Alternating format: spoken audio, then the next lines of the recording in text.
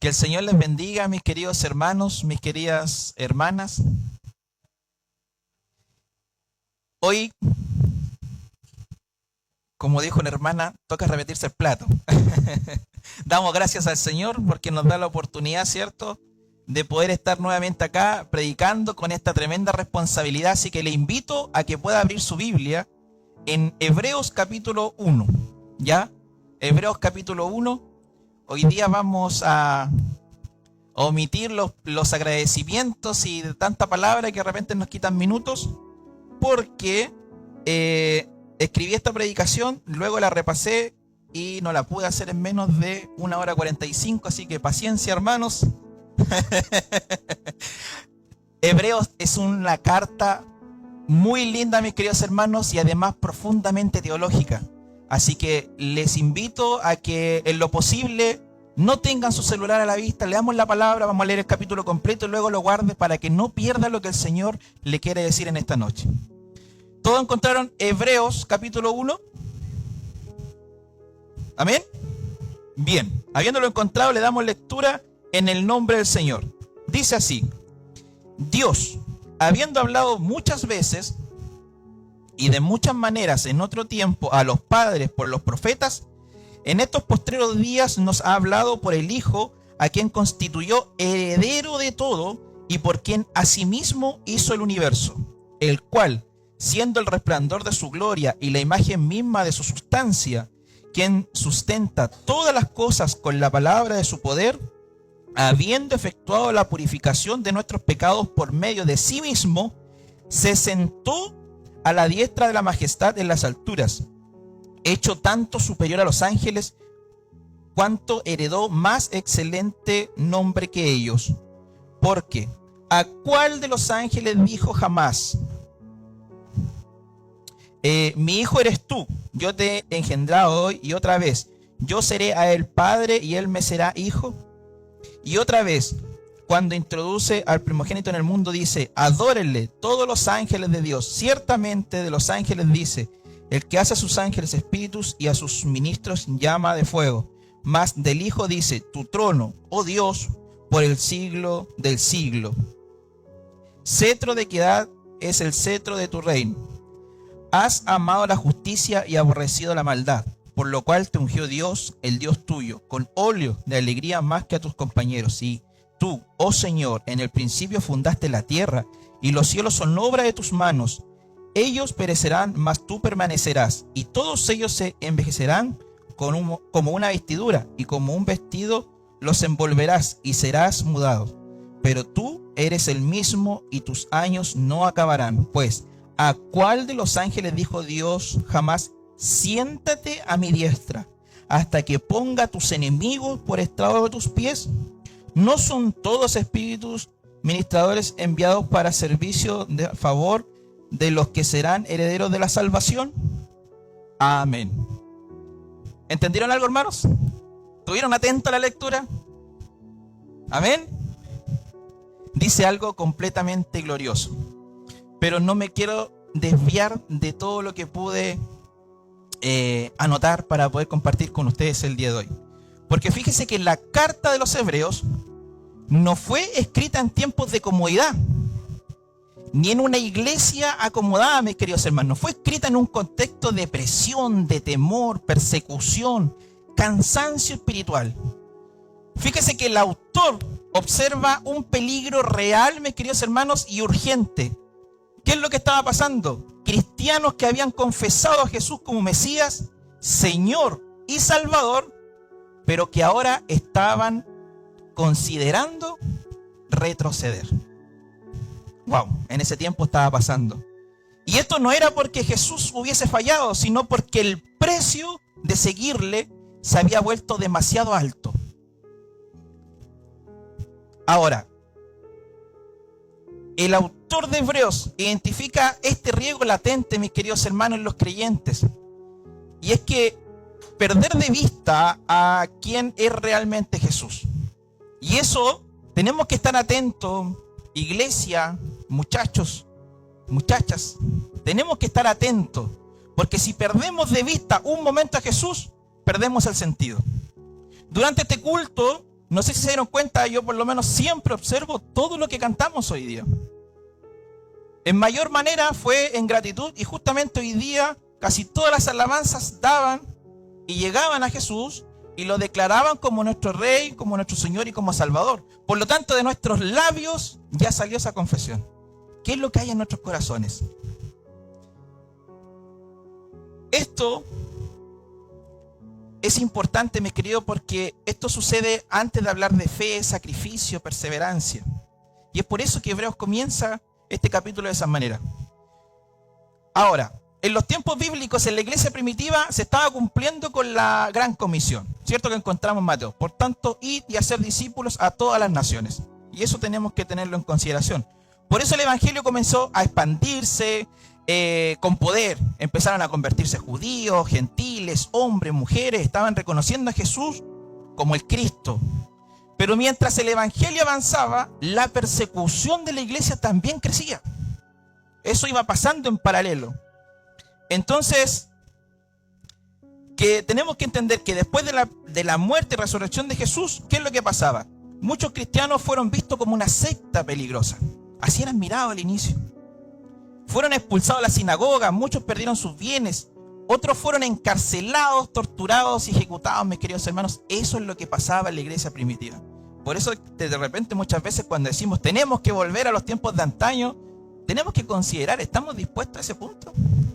Y es algo que muchas veces no nos preguntamos. Ahora, para el mundo judío, Jesús no era el Mesías. Todavía lo consideran así. O sea, al judío ortodoxo usted le pregunta si Jesús es el Mesías. No, lo reconocen como tal. Reconocen que él vino como un profeta, pero para ellos el Mesías todavía está por venir. Para el Imperio Romano, confesar que Jesús es el Señor era un acto de rebelión política. Entonces imagínense toda la presión que estaba pasando en ese momento. Ser cristiano en ese tiempo, mis queridos hermanos, no era una moda, no era una tradición, no era cultura en ese momento. Era una sentencia de sufrimiento para quienes aceptaban al Señor como su Señor y Salvador. Y muchas veces era una sentencia de muerte. Eso era la iglesia primitiva en aquel entonces. Entonces, en aquellos días, seguir a Cristo requería de una profunda pasión. Requería de una convicción inquebrantable, que fuera inamovible. Una fe perseverante por sobre todas las cosas. Y por sobre todo, una entrega genuina a Dios. Eso es lo que requería ser cristiano. Y muchos pagaron el precio altísimo para que la fe no muriera de generación en generación. Gracias a ellos, hoy nosotros podemos estar sentados escuchando esta palabra del Señor. El Espíritu, mis queridos hermanos, el Espíritu Santo actuaba con poder en medio de la adversidad. Por más oscuro que fuera el panorama, nada los hacía renunciar a la verdad de que Jesús es el Hijo de Dios, de que Jesús es superior a todo. Por eso está esa imagen. Puede decir que le coloqué color hoy día, sí, hermanos, porque estamos hablando de nuestro Rey, Señor y Salvador, y nada de lo que podamos hacer puede dimensionar la belleza de Él, de su poder y de todo lo que han hecho junto al Padre. Y que Jesús volverá por su pueblo. Esas tres verdades, nada lo puede cambiar. Es increíble estudiar la pasión de aquellos hombres, primeros cristianos. Pero hoy debo decirle algo, mis queridos hermanos. Con temor y con reverencia se los digo. Esa pasión no quedó atrás en el pasado. Hoy también vemos en el Medio Oriente, en Asia, lo que está sucediendo con cristianos que están dispuestos, mis queridos hermanos, a morir, familias completas a causa del nombre de Cristo. También hoy a nuestro alrededor Dios levanta pastores, líderes, ministros fieles, como nuestros pastores, que sirven con amor, con sacrificio, con convicción, transmitiendo esa fe viva a otros, a nosotros, y a cuantos todos los que quieran llegar y aceptar al Señor como su Señor y Salvador. Pero déjeme decirle, mi querido hermano, que así como hubo cristianos profundamente apasionados, también hubieron personas que no lograban comprender a aquellos que estaban dispuestos a pagar el precio por seguir a Jesús. El temor, el cansancio, la presión fue comenzando a hacer algo en sus corazones. Algunos apostataron de la fe. Otros, particularmente en este caso, el autor de Hebreos le está hablando a los judíos porque ya lo vamos a desglosar un poquito. ¿Por qué? porque habían quienes estaban dispuestos a mirar atrás, considerar volver a las prácticas del judaísmo tradicionales, como la ley mosaica, el sistema de sacrificios, la estructura religiosa de templo. Estaban mirando a eso.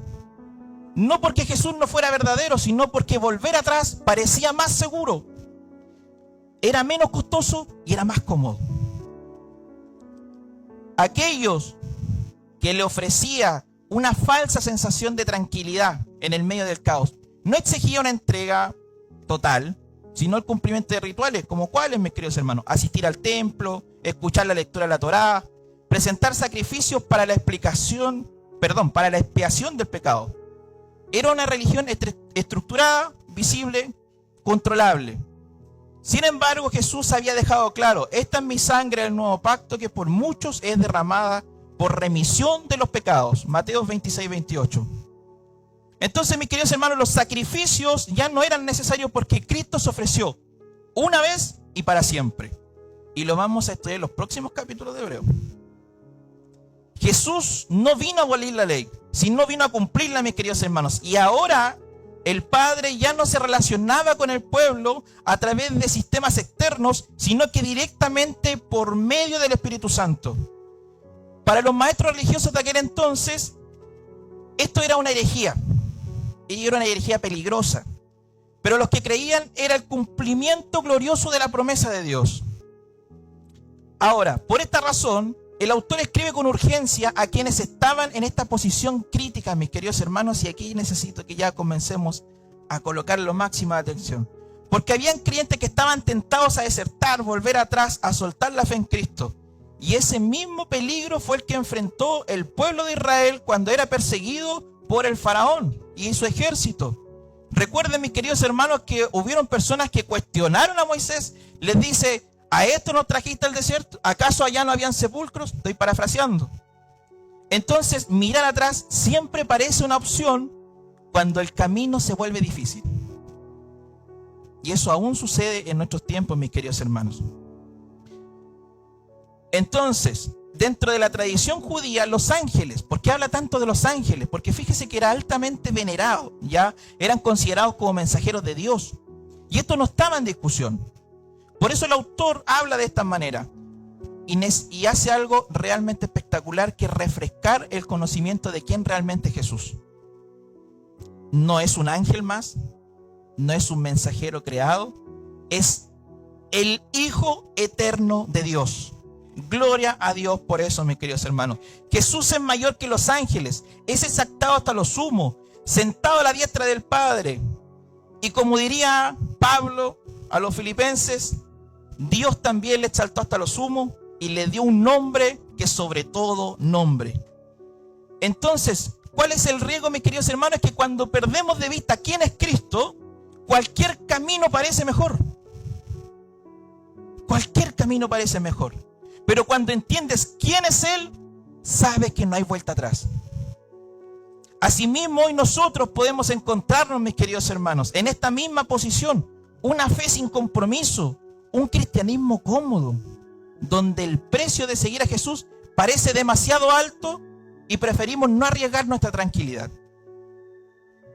Iglesia, existe un peligro real: caer en una estructura religiosa que produce comodidad, pero no transformación en nuestras vidas. Asistir al culto, escuchar la palabra, cumplir con lo que se nos pide de repente de asistir, pero no rendirnos a Dios. Esas son las señales, mis queridos hermanos, que podríamos estar en el mismo punto. Por eso yo les quiero hacer esta pregunta: ¿quién es Jesús para nosotros?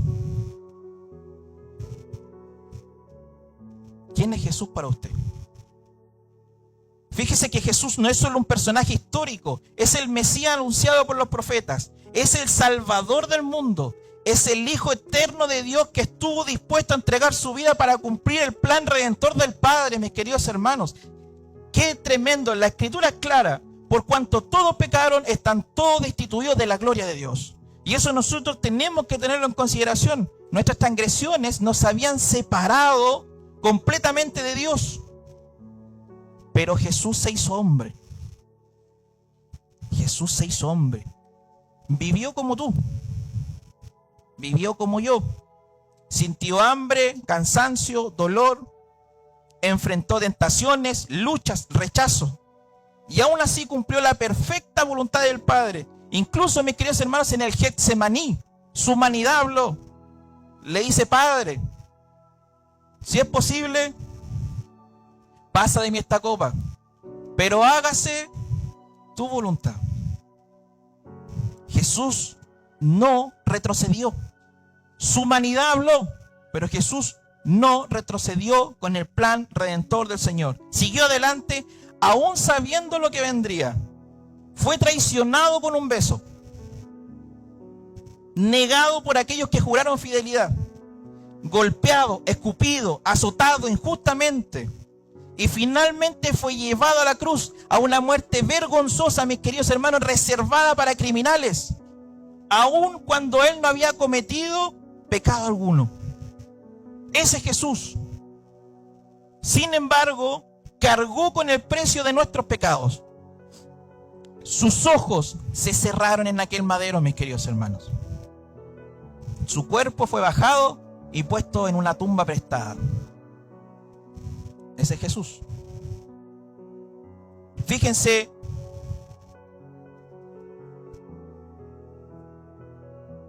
que vamos a hablar de los ángeles un poquito. Porque creados por Él y menores que en Él, observan en silencio, mis queridos hermanos. Recordemos, ¿se recuerdan cuando hablamos de Lucas? Cuando vemos que un ángel venía a anunciar a María que sería, ¿cierto?, quien llevaría en su vientre al Salvador del mundo. También cuando justamente me tocó predicar ese capítulo en donde los ángeles vinieron a proclamar su nacimiento, se le aparecen a los pastores, ¿cierto? Lo vimos, ese momento glorioso, y aparece un ejército de ángeles a glorificar al Mesías. Ahora, el cuerpo del Hijo Eterno está en una tumba, envuelto en lienzos. Ahí está Jesús. Algunos celebran su muerte. Sus discípulos estaban confundidos, quebrados, temerosos. Pero ese no era el final. Porque al tercer día, mis queridos hermanos, la piedra fue removida. La muerte fue vencida. El sepulcro quedó vacío. Jesús resucitó con poder, trayendo perdón, nueva vida, esperanza eterna a aquel que cree en Él.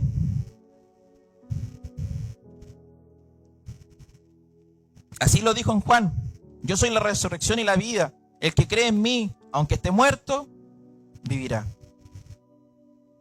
Jesús ascendió a los cielos. Y mientras para algunos su sacrificio aún parece insuficiente, mis queridos hermanos, en el cielo los ángeles le esperan. Se alinean, se postran, guardan silencio. ¿Por qué? Porque viene entrando el Hijo de Dios. Todos lo quieren ver. Aquel que llevó a cabo el plan redentor del Señor, heredero de todo, el vencedor del pecado, de la muerte y del mundo, mis queridos hermanos. Hoy, sentado a la diestra del Padre, esperando el momento de volver por su iglesia. Ahí está Jesucristo. Y mientras tanto, obra en nosotros por medio del Espíritu Santo. Nos consuela, nos levanta, nos sana, nos guía hacia la santidad día tras día, mis queridos hermanos. Efesios 4:13 dice: hasta que lleguemos a la medida de la estatura de la plenitud de Cristo.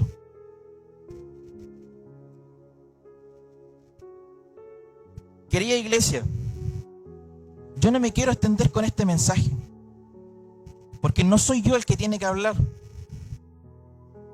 Es el Espíritu Santo y nuestros corazones con Él. Porque ¿qué pasa, mis queridos hermanos? ¿Por qué pareciera que todo esto que acabamos de hablar no fuera suficiente para nosotros? ¿Qué pasa, mis queridos hermanos, que no nos apasionamos con Cristo? ¿Cómo es posible que nos preocupe más estar sin celular que perder la comunión con Dios? Él ya hizo lo más grande por su vida. Lo que sucede, mis queridos hermanos, es que rebajamos el precio de la gracia. Pareciera que todo esto que acabamos de describir, todas las personas lo hicieran a diario con nosotros, mis queridos hermanos. Y no. Mis queridos hermanos, ¿cómo llegamos a a ser tan indiferentes con Jesús? ¿Qué pasa con nuestras vidas? ¿Por qué el fuego nos enciende? ¿Por qué no nos apasionamos? ¿Por qué no nos volvemos locos por Cristo? ¿Por qué no le buscamos con deseo, con necesidad, con urgencia? Él no se lo merece, mis queridos hermanos, no se lo merece para nada. Sin embargo, nosotros estamos viviendo en vidas cómodas y buscamos más comodidad. Cuando Cristo salió de la comodidad e hizo todo para que usted y yo tengamos vida en este día. Y mi querido hermano, si está pensando en retroceder, recuerde todo lo que Él hizo por usted. Si está viviendo de una manera religiosa, cómoda, sin entrega, sin pasión, hoy es el día de dar el paso. Hoy es el día de profundizar más. El sábado pasado me tocaba dar un mensaje que el Señor nos hacía el mismo llamado a profundizar más, a abogar más adentro. ¿Será que algo Dios quiere de nosotros? ¿Será de que necesita de que profundicemos más? Porque en la orilla no hay bendición, sino en la profundidad. Porque cuando Dios llega, veíamos que no llega en los momentos, ¿cierto?, en donde más energía hay, sino que muchas veces donde hay cansancio, complicaciones, enfermedades, donde las fuerzas se acaban, en donde cuando Dios nos pide que profundicemos más, pareciera le decíamos, Señor, ¿pero por qué? ¿Por qué ahora si no tengo fuerzas? Y el Señor simplemente dice, boga mar adentro.